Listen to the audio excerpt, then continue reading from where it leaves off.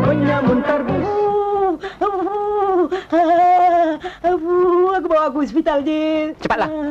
Aduh. Obat ni bagus ni. Macam mana kau kasih makan sama dia tadi? Aku ikut nasihat doktor, 12 biji 2 jam. 12 biji 2 jam. Kepala otak engkau. Ini 2 biji 12 jam. 12 jam 2 biji.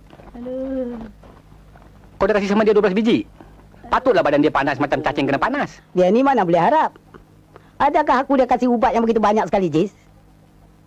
Nasib baik aku tak jalan. Kalau aku mati, aku su dia, Jis. Kalau kau dah mati, macam mana kau nak su? Sekarang rancangan kita semua habis tergendala, Ibrahim. Apalah yang kau nak susah-susah. Surat nikah bini muda dia pun ada sama kita. Kalau dia tak mau kasih, kita kasih dia pura-peranda. Tapi kau mesti nak tahu. Kalau kau nak cari kerenda tu, kau mesti cari kerenda yang baik. Apa kau cakap ni kerenda-kerenda pula? Dia cakap pasal kerenda. Sudah diamlah.